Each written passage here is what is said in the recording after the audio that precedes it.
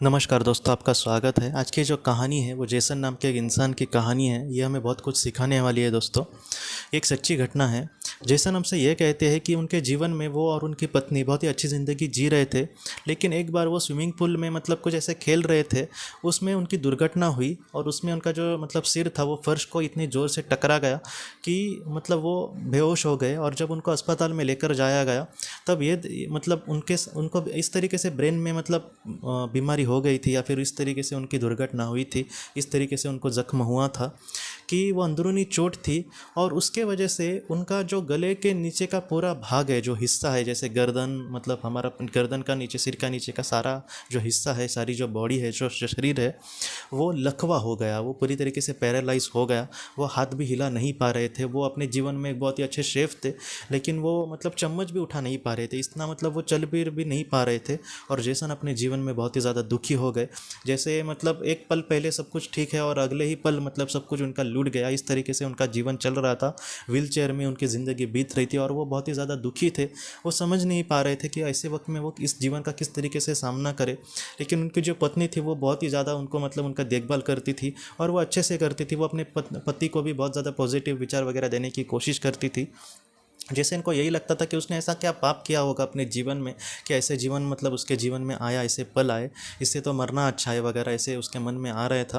बाद में जेसन के पूर्व जीवन को जब देखा गया, जब उसने अपने पास्ट लाइफ रिग्रेशन उसी हालत में जब की दोस्तों, तब उसको ये पता चला कि उसके बहुत सारे जीवन में उसने एक परफेक्ट जीवन को ही चुना था। उसके जीवन में उसको यही लगता था कि एक अच्छा जीवन ही सब कुछ होता है। जैसे बड़ा रुतबा चाहिए, मैं एक मालदार पार्टी चाहिए, मुझे बहुत बड़ी प्रतिष्ठा चाहिए अपने शहर में, अपने गाँव में, सारे लोगों ने मुझे पूजना चाहिए।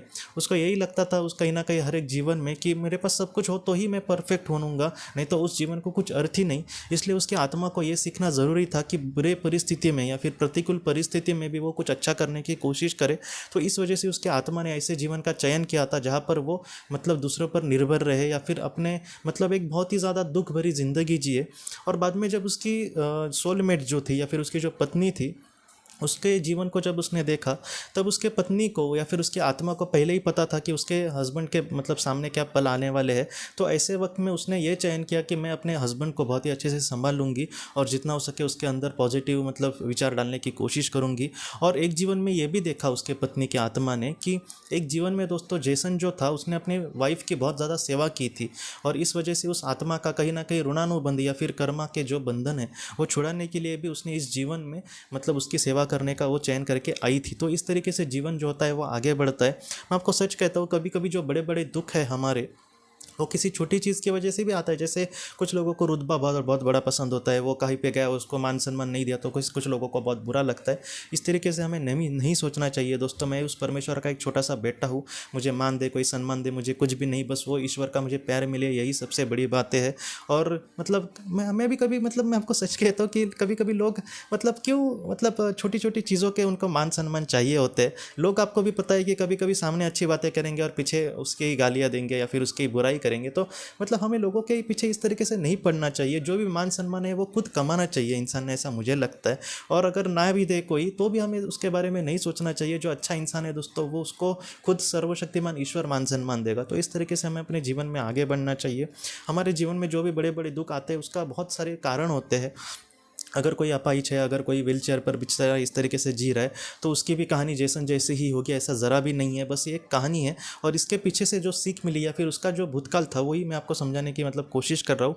बाकी सारे ही अपाहिज या फिर सारे ही एबनॉर्मल जो लोग हैं वो इसी तरीके से उन्होंने अपने जीवन को देखा होगा या फिर उन्होंने किसी एक जीवन में किसी के साथ बुरा किया होगा, उसके वजह से उनके सामने ऐसे पल आया, ऐसा ज़रा भी नहीं है। हर एक इंसान की कहानी अलग हो सकती है, उसकी जो सीख है, उसकी जो प्रेरणा है ऐसा जीवन लेने के पीछे, वो अलग हो सकती है। लेकिन इस कहानी में हमने जो सीख लेनी है वही मैं आपको कहने की कोशिश कर रहा हूँ कि जो भी है उसको एक्सेप्ट करो। जैसी ज़िंदगी मिलती है उसमें हमें कुछ अच्छा करने की कोशिश करनी होगी, नहीं तो सिर्फ अपेक्षा ये रखना कि मेरे साथ ही अच्छा हो लेकिन हम कुछ भी अच्छा नहीं करें, तो इस तरीके से हमें नहीं जीना चाहिए।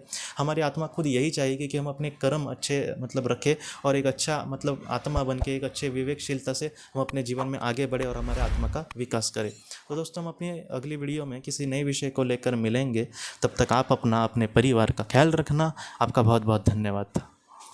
की रोशनी ये एक कंसल्टेंसी है जो ऐसे लोगों को मदद करने की कोशिश करती है जिन्होंने किसी अपने को खोया है या फिर जो लोग अपने जीवन में बहुत ही ज़्यादा दुखी है। जो लोग इस संस्था के साथ जुड़ते हैं उन्हें पास्ट लाइफ रिग्रेशन की ऑडियोज़ भेजी जाएगी, जिससे घर बैठे वह पास्ट लाइफ रिग्रेशन का अभ्यास कर सकते हैं। और उन्हें 5 मेडिटेशन ध्यान की भी ऑडियोज़ भेजी जाएगी और इसके साथ साथ उन्हें PDF किताबें भेजी जाएंगी जो हिंदी और अंग्रेज़ी में है, जो मोबाइल पर या फिर लैपटॉप पर आप उसे पढ़ सकते हैं।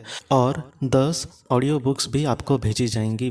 तो दोस्तों, अगर आप इस संस्था के साथ जुड़ना चाहते हैं तो कृपया इस नंबर पे व्हाट्सएप मैसेज करें।